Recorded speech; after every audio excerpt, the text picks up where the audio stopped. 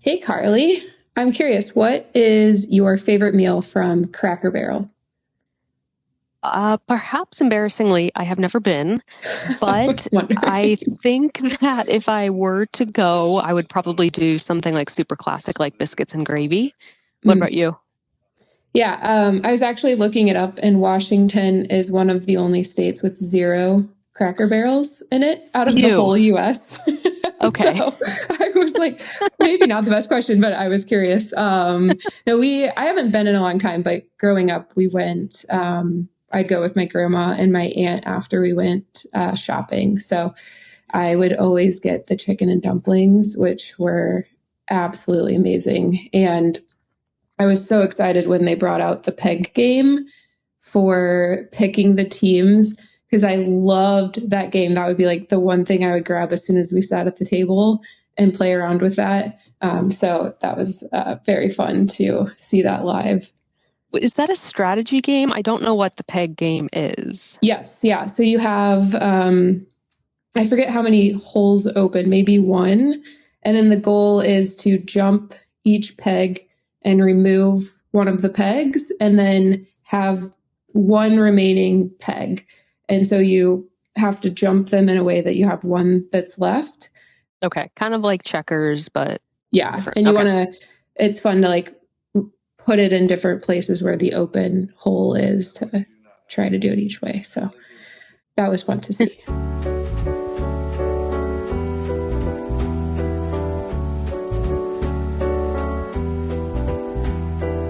Well, hi everyone. Welcome back to Track Your Knives, where Kendra and I take a different take on what happened this week in the Top Chef episode. So we're going to be talking about what we're seeing in the community's power rankings, where each week you and everyone else rank folks from most likely to be eliminated to most likely to win the elimination challenge. And we've got a bonus question where most weeks it will allow you to get a bonus point. We'll talk about that. And then again, gonna plug this. The winner of the power rankings will get a chef curated meal at Sarah Bradley's Fright House. Yes, I am so excited for that person. I am too, because I don't think it's going to be us. No. But speaking of meeting chefs, Kendra, you were just in New York and you got to meet Sherry.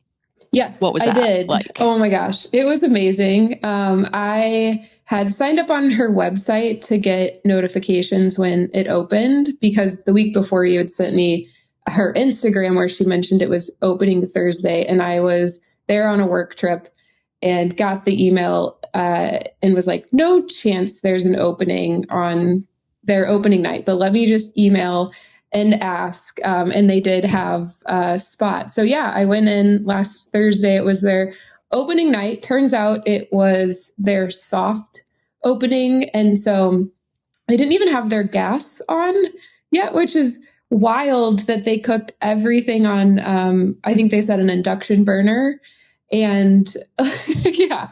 And so they, Wow. yeah. And so they were kind of just like trialing things out. They're going to do their like big bang open later in May, but wanted to just start to get some people in, get some of the food under their belt and do all of that. And so that was really fun to meet her. And my plan was like, maybe at the end I'll just stop by. It's an open kitchen. And so she was literally right there, and say, hey, I love you on this season, and maybe like work up the courage to ask for a picture. And instead the couple next to me started talking to me and, asked like how I heard about the restaurant and mentioned like she was on Top Chef, and they had never even heard of that. They knew the owner. And Oh, so, and so they're like, wait, what is this? And so I was talking to them and they mentioned it to the waiter, and he went and told her that I watched Top Chef. So she came out and like talked to me, and we had a little bit of a conversation about the season, and Oscar was coming up this week to hang out with her. So I've seen some pictures on their Instagram. But the food was like phenomenal. And then finding out that they don't even have like their gas on yet to fully cook with in an their induction burner. Geez. Yeah, on their ovens and stoves and everything. So it was like really impressive that that's what she had. But oh my God, it was so good. And then I texted you that, hey, I think Sherry's probably going to do pretty well this episode on the dessert, because it was like, I think like a coconut sorbet with a champagne like Jello under it that was like broken up. And it was so good. And then she brought out sort of this littler dish with like a chocolate mousse and whipped cream and like little crunchy bits on top. Almost like, have you ever had a Dairy Queen ice cream cake? Yes. Yeah. So almost that like feeling of it. And she was said like, she just came up with it the day before as like an idea for a dessert, and was like handing them out for testers. And so I was like, oh man, I think she probably is going to do pretty good with these desserts. So it was really nice just to meet her. She's so sweet, and seems like pretty reserved. Like the kitchen was completely silent. Like there was no yelling, like, cause I went to Gregory Gourdet's restaurant Tuesday, and that kitchen was loud. Like they were yelling the whole time, and they would say "wee" when they would call out the orders, and it was so loud. And it's a much smaller space. Literally, I didn't hear anyone in the kitchen talking. Like it was so quiet. And so it was very fun to do. That's fantastic. I'm sort of getting a little bit of a mix, like those two kitchens. I forget what it's called, but that movie with Ray Fiennes, where they all go have a fancy meal on an island, and it's kind of a horror film. Oh, yes. Whatever that is. But yeah, I will say that your review, like when we were texting about her dessert, certainly influenced my own power rankings. And then I noticed that you did this too. We had the same top three. Oh, that's hilarious. But we'll get to that. Yeah. And I was laughing. I actually had her one before I even had her food. So I don't know what I was thinking beforehand, but yeah. It was great. And just a great experience. And their staff was the sweetest. And just like constantly like talking to us and asking us things and talking about how much they love her and how collaborative she is. So anyways, it was just great to get a chance to have a chat with her. But talking about this episode, this week you put out a analysis on how desserts perform. And so since we're doing an all desserts episode, thought it might be an interesting time to talk about just desserts in general. I think this year we've seen Gwen did a dessert, and I think it was Jonathan Brandon in that first episode. I'd love to kind of hear about the analysis and how desserts generally do in the challenges. Yeah, so I was looking at desserts that were made when it wasn't a requirement in an elimination challenge. So this doesn't include like when, because it was actually in a quick fire that both Brandon and Seeger made desserts, and then Brandon also made a dessert in an elimination challenge. But we're not looking at quick fires, and I don't have all of the data. This is my constant caveat of it's kind of slow going to go through every single season and get the dish data, but I'm working through it. But basically what I saw is that like the being low and high was basically the same, like at the top and the bottom of an elimination challenge.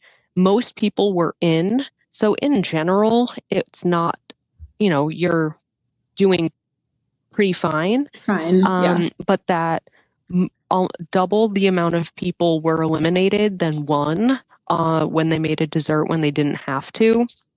And I excluded finale dishes because there's always going to be like a winner and a loser there. I just excluded that. But for me, what was the most interesting part is that on average, or looking at the median, the placement of chefs who at some point made a dessert when they weren't required to was a placement of 5. And that to me, like you and I talked about this episode 1, like when we were thinking about Buddha and we saw Brandon do this and we're like, is this the new skill that is almost a requirement to be Top Chef? But looking across Top Chef history, we're seeing that people who can do desserts on average are doing really well in their season. Yeah. I wonder too, like people who prep desserts probably prep a lot more for the season too. And so it maybe makes sense that they end up placing a bit higher too, I wonder. Yeah, we'll never know. Yeah. Well, that's cool. And loved reading through that and all the, it's so impressive to me that you have all of this data. It's so hard to capture it while you're watching it. And so having to go back and like remember, like you get so caught up in it that you forget to like capture things. So I can't even imagine how long it takes you. Yeah, my partner is so kind. Because he loves Top Chef, Tournament of Champions. While we watch all these shows together, and he pauses whenever there's a dish up on the screen. So he pauses, I type. That's great. He will sometimes be like, "Did you get that confessional?" And sometimes I won't because I'll be distracted doing some other data things. So like it's definitely a team effort. Nice. But yeah, it's a lot of data, and some nights, Kendra, I'm like, I lie awake and it's like midnight and I'm like, what if I were to get up at 6 a.m. and get in 2 episodes, 3 episodes even before work and like rewatch? But then I'm always like, but I love sleep. Yeah. So it's just never ending, but I never want perfect to be the enemy of good enough. Yeah. Like this is a community where we're all just curious and coming to this with a sense of fun, and I at least am not going to be one of those Redditors who, and I'm on Reddit all the time. Don't get me wrong. I'm on Reddit all the time, but I'm not going to like, well, actually someone like I'm going to give you the caveats and then do with it what you will. And it's either interesting to you or it's not. And like, that's cool. That's fine. Yeah. No judgment. Yeah. I love that. All right. This was quite an episode. We have a lot to talk about because so much happened in terms of how we're tracking the data and what is going to happen next episode. So lots to get into. First, let's talk about the Jen and Justin situation. How would you have felt if Justin had ended up staying and taking the offer to continue on? I probably would have been okay in the sense of like, if I were to come home, like all of my sisters and now my parents, like everyone lives out here. And so I've got a really strong support network here. So I think it really is so individual as to like what is back home and whether in particular Jen was able to go back home or to use survivor lingo if she was sort of stuck in Ponderosa to reduce spoilers. So they knew what they were getting into, that at one point or another, one of them was going to be eliminated first. Yeah. Yeah. And I think I was maybe taking a slightly different angle, but that was a very like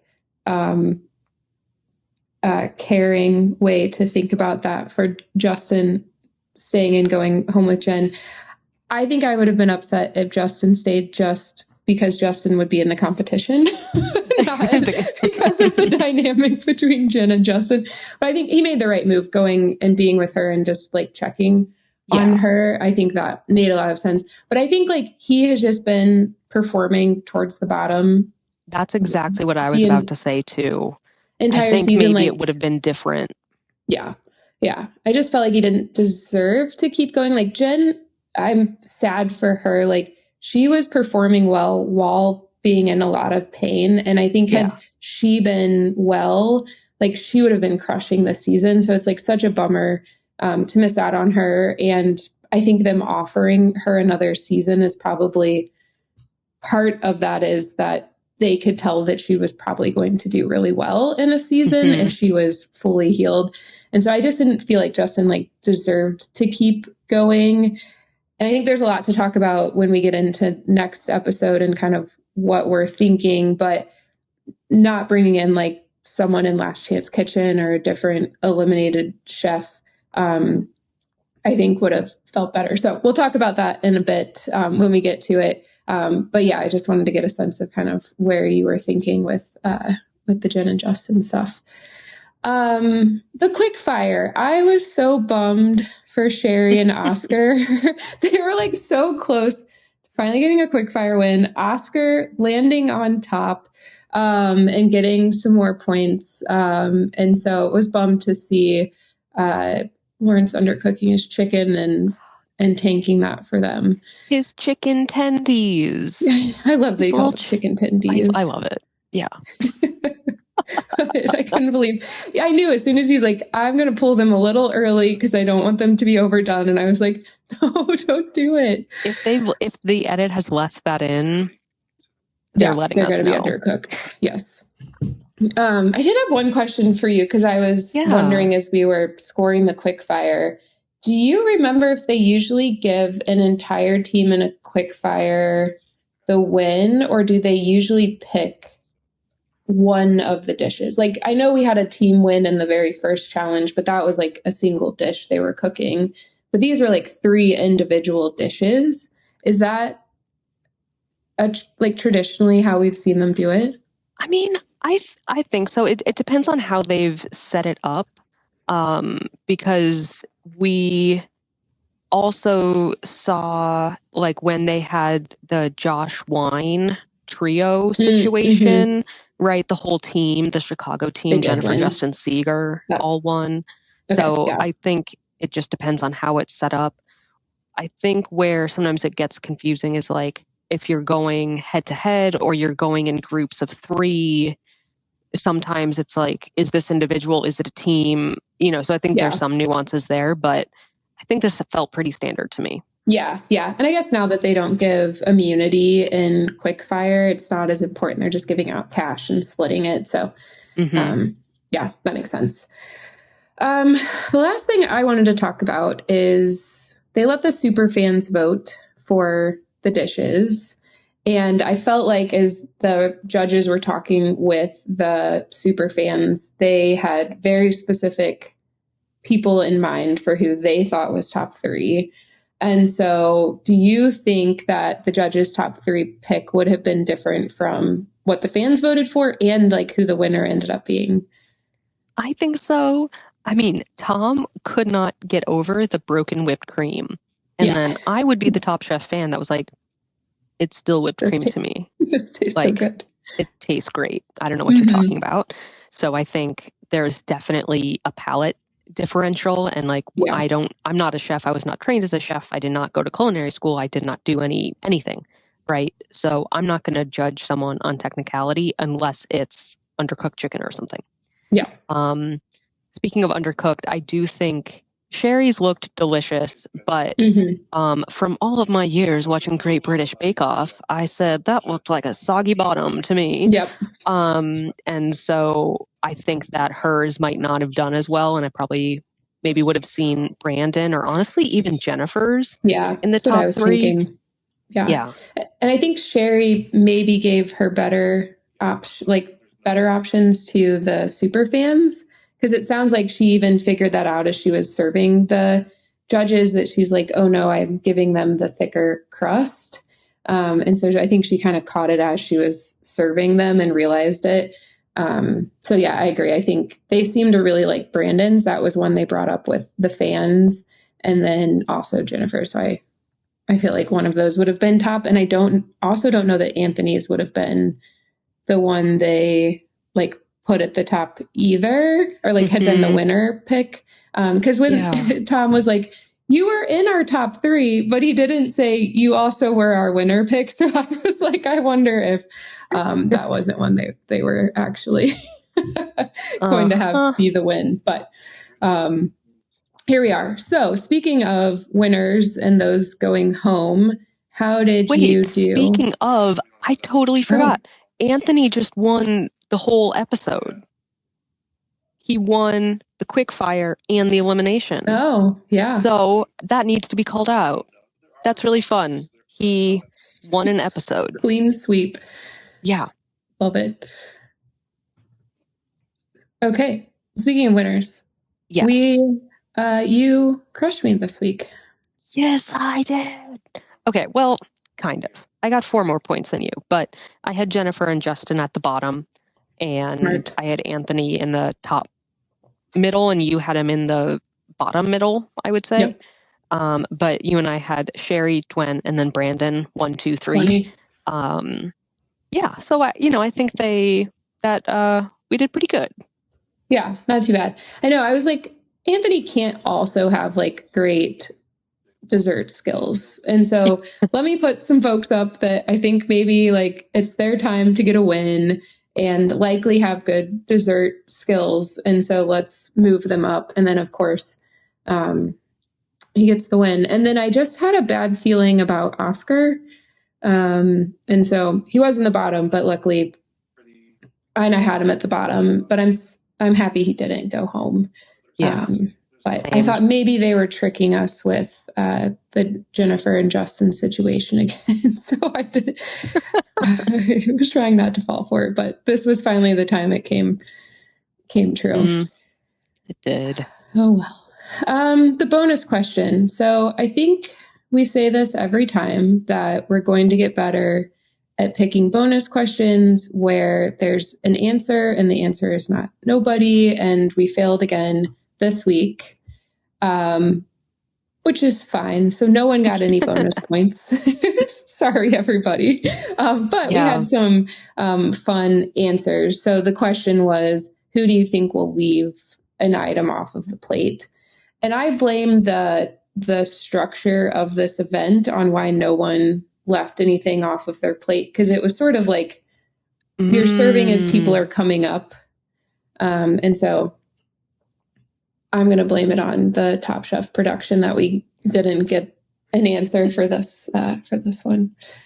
Yeah, it was interesting because there was kind of a general consensus to your point. Like you had kind of a not great or even a bad feeling about Oscar, and you put him at 9 on your power rankings.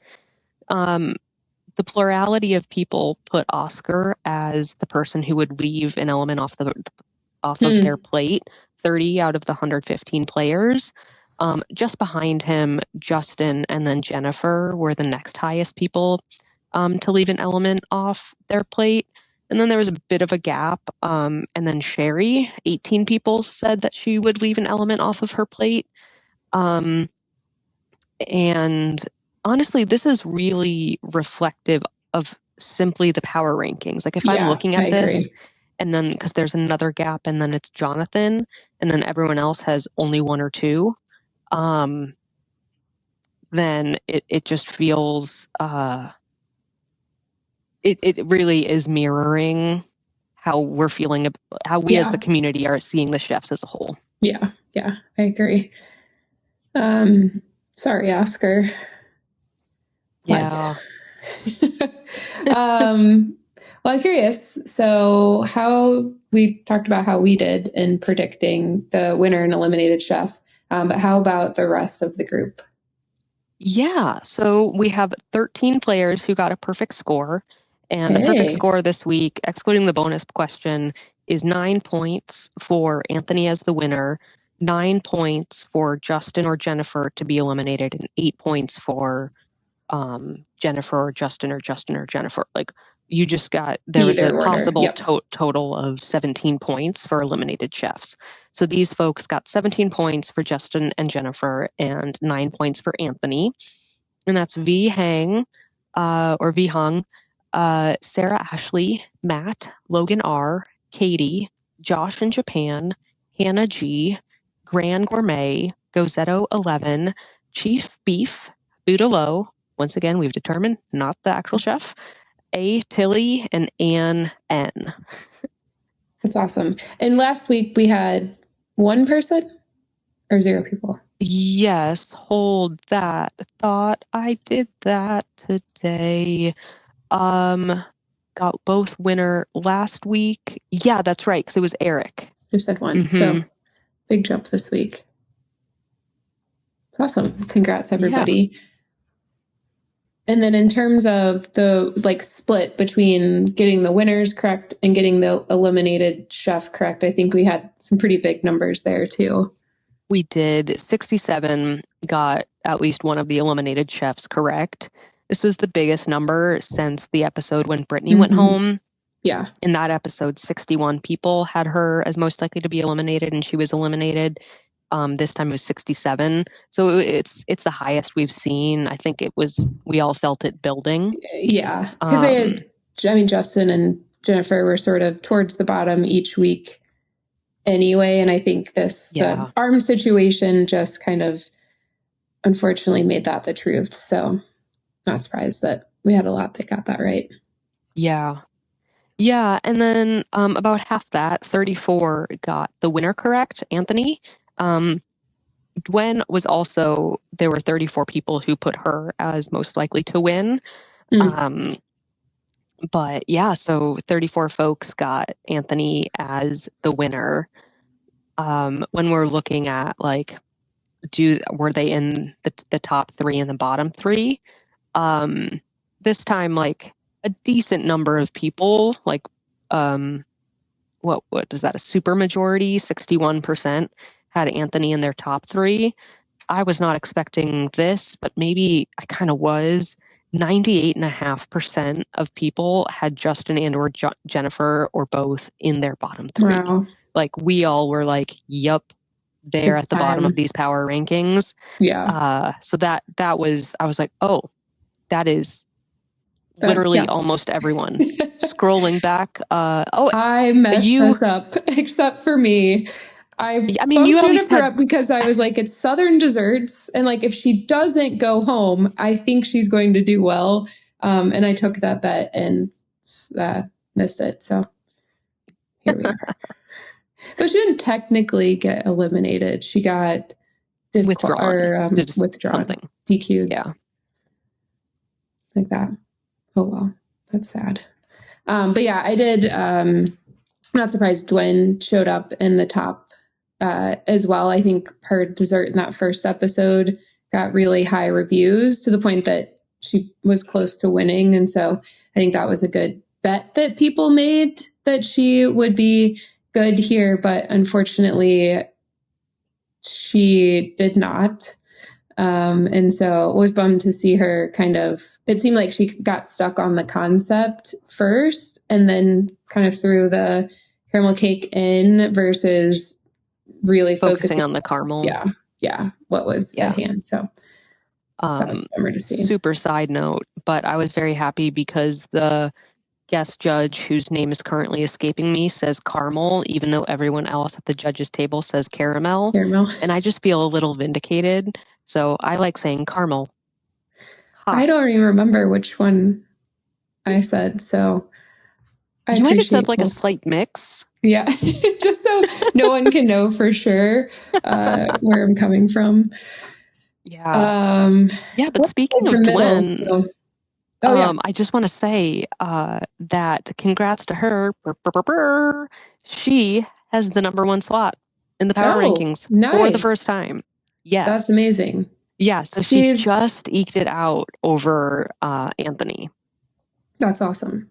Congrats. So is she maybe the fourth? So we had, I don't remember who we had first episode, but then otherwise it's been between Anthony and Lawrence, right? And Rhoda. So it was Anthony, Rhoda, Anthony, Lawrence, Anthony, and now Dwayne. Hey, there we go. I'm curious to see next week because, I mean, I think there's a pretty core group now where I think like Dwayne's itching for a win, Sherry's itching for a win, and Brandon. So I'm excited to see how that all plays out. And I think Brandon is still the only one to never land in the bottom at all. So, yeah, this will be fun. It will be. It's especially with I think you and I talked about this with the barbecue challenge too. Like, how do you do power rankings when there are teams, right? Do you intersperse people? Yeah. Do you just totally make a bet that these are going to be on top and these are going to be on the bottom? So there may be something I can do next week about how people did their power Yeah. rankings. I'm going to make a note for myself. Yeah, because let's talk about next week. So, Restaurant Wars. Mm-hmm. The ending of this episode was crazy that they brought them back out and had them make their teams ahead of time. Do Yeah, they not by normally do knife that? draw. Yeah. I forget. I do have, I think, most or some of the data about how they determine. Mm-hmm. In other cases, it would be whoever won the quick fire would be the captain and get to choose their teams. Sometimes it is knife draw. I feel like schoolyard pick without like a snake draft situation is pretty rare. I'm not sure though. I was kind of shocked because you get the brothers who immediately link up, and then the people on the left side of the room plus Dwen, who just Dwayne whoop, like went swooped all the way over there. fast thinker. And so then it left Sherry and Jennifer and Oscar and Jennifer. Oscar and Jennifer. Thank you. Yeah, because So I think Anthony, Sherry, and Lawrence kind of huddled together immediately. Right. And then Dwayne like beelined her way. So yeah, that was very surprising the way they did those teams. But yeah, let's do that as a follow-up next week and see kind of how they normally form that, and then also look at how people end up ranking them based on, since we already know the teams ahead of time, how those will land. But let's talk about Jen leaving. Mm-hmm. You need 8 people for Restaurant Wars, right? Fun fact, no. So there have been, I thought. So Kristen's season is Seattle season 10. They had 7 people in Restaurant Wars. In season 1, they had 6. In season 10, they had 7. So, but generally speaking, it's 8 chefs. Yeah. And that was Kristen's season was a weird girl versus boy thing, but something weird happened where I can't remember. But yeah, so it's possible they'll do that, or if you haven't watched Last Chance Kitchen yet, this is your warning that we may be spoiling that. Just a heads up. But yeah, where's Seeger? Is Seeger going to be the 8th chef, which is why he's not in Last Chance Kitchen? That's what we need to know. Yeah, that's my guess. My original thought when it seemed like Justin was saying no to coming back is that they would have like a, like MTV's The Challenge, like a battle back, or like I think that's where that lingo comes from, where someone would, fight for the win and then come back in for Restaurant Wars. But they've already promised us that there's only one opportunity to come back in from Last Chance Kitchen. Yeah. And I'm like, I don't think that's what's happening.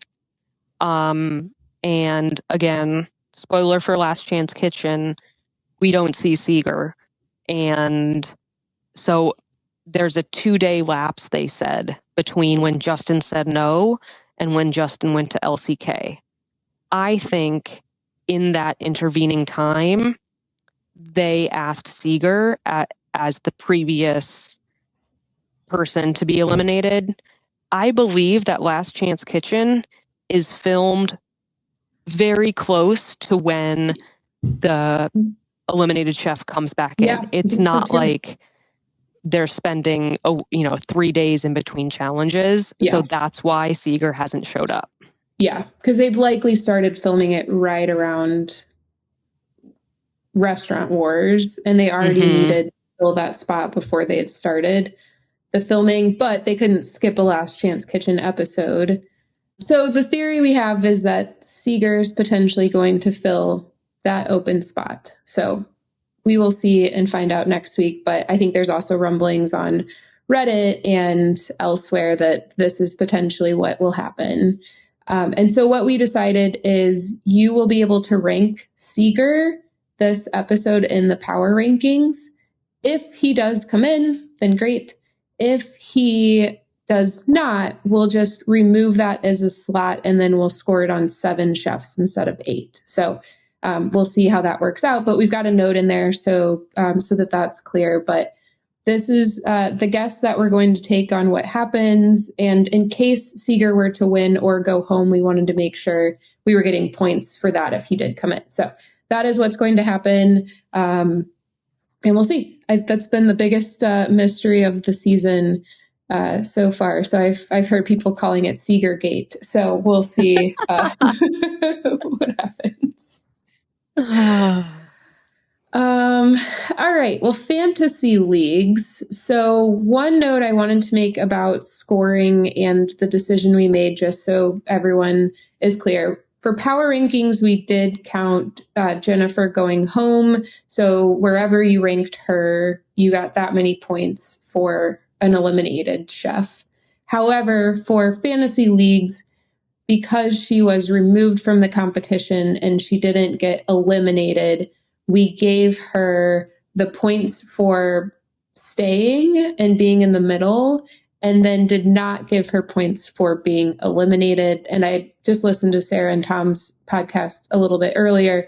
They did the same thing. So I think we're in agreement on no negative points for Jen. We're sad she's leaving and don't want to give her any more negative knocks for that. So that's where we landed.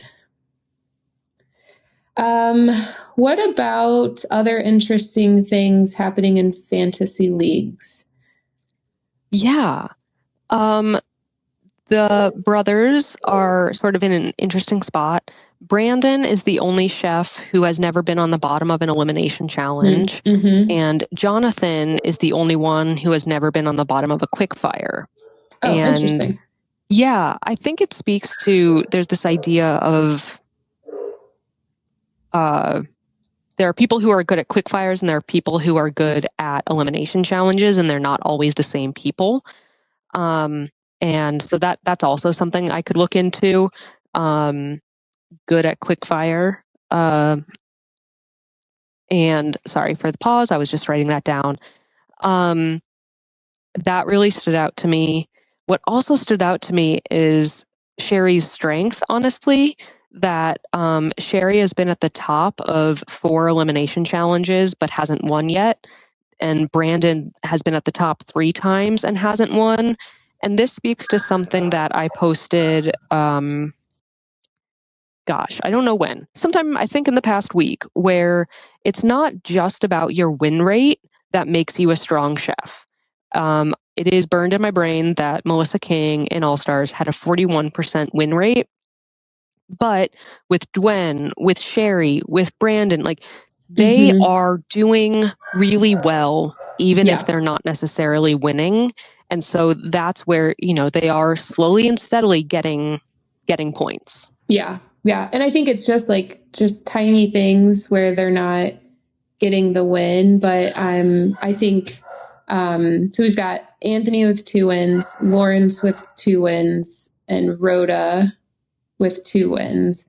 And then Seeger with 1. Seeger with 1, yeah. So I think it's time for someone besides Anthony or Lawrence to take a win, though I'm going to say that, and then one of them is going to crush it again because they're amazing. So we'll see. I'm rooting for one of the others. But it's great to see how often they've been toward the top. Yeah. Yeah, and Anthony and Lawrence have really been vying. They've just been going up and up towards, and anyway, they've, for the past couple of episodes, they've really been just gaining points and at the top.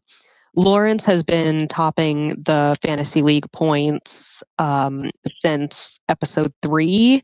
And has always been above Anthony, except for in episode 5, which should have been one of Anthony's Yeah, that was a win. Wins. And then I think Lawrence was Anthony. maybe in the bottom. Yep. That week. Yeah. Yeah. So, I mean, they're very impressive. And I think we're just going to start seeing where power rankings and fantasy league points diverge. Mm-hmm. I feel like they've been pretty closely connected. And now that we're down to 8 chefs, the ability to predict is going to get harder and harder, I think, because there's now going to start being upsets. And those upsets will be reflected in the fantasy league points. Mm-hmm. And then power rankings, I think, are going to be different. Yeah, I agree. Interesting to see how the rest of the season goes. How are the different teams doing in terms of all of their points? Yeah, so I like to do this in honor of the chefs that have been eliminated, to call out the teams that have those chefs and that they're still doing well. So the teams that drafted Justin, the ones that are doing the best in terms of the standardized score per chef drafted are Team 1 of League YFL, Team 2 of Top Chef Edgewood, Molly's team on Notion League, Cream of some young guy on Colonel D's league. And then in 5th place is Sarah's team. Hey. Yeah. So that's Sarah's she drafted well. Mm-hmm. And in terms of the teams that drafted Jennifer, a Knott's team on League Burt Chefs, Based Mode on League There's No Crying in the Kitchen, the Rue Rogues on League Meatballs, the Great Emmyification of Top Chef 23 Fantasy League, and M Croissant on Pack Your Knives 10 are the ones that are doing best of the teams that have Jennifer on them. Nice. I'm impressed you can read all of those names. Some of them I was like getting nervous for reading them off, but you crushed it. And how are our friends on the Pack Your Knives teams doing? Yeah. I just love that people felt comfortable and were like, hey, like, I want to join a league. I don't know who to join, and I'm really happy to be running these leagues for everyone. So the ones that are doing really well right now, and so these are teams of 5 chefs each. Risotto Curse on PYK 4. Again, M Croissant from PYK 10 is doing well. Dumpling from PYK 7. Coasters on PYK 6. So Congrats to you all. Very happy to be running your league. Yes, I love that. And I love that they all named their teams. And I think I'm finding, like, as we're going along, it seems like people are updating their team names because we're getting less of like Team 1 or Team 3. They are. So I love seeing that. Yeah, and in the Tableau dashboard that I use to sort of underlie my analysis, I need to check the update date of some of these names, but when I see that there are 2 names with the same ID, I just choose one. Based Mode is one of them. I forget what the other one was, but I liked Base Mode better, so that's my bias. If you used to be Base Mode and now you're something else, sorry, but I'm still shouting you out. Let me know and I can change it. Love it. All right. Well, I think it's our time. So just a quick reminder, submit your rankings on findtopchef.com. This week's bonus question, there will be an answer to, because we covered all of our angles. So will the winning Restaurant Wars team serve the judges first, second, or will the judges split and eat at the same time? So we will have an answer next week. And I'm sure, Carly, you have analysis on this as well that we can talk about. So we will do Restaurant Wars is full of data. Yes. Looking forward to that. Make sure you check out all of the great content on packyourknives.com, like the dessert analysis that Carly did. And don't miss Tom and Sarah's episode recaps. Those are always fun to listen to. And turns out Tom was at Restaurant Wars. So he is going to share his information. I think he maybe just did the takeout, but he has some deets that he'll share next week on that experience. So don't miss that. And this has been Track Your Knives.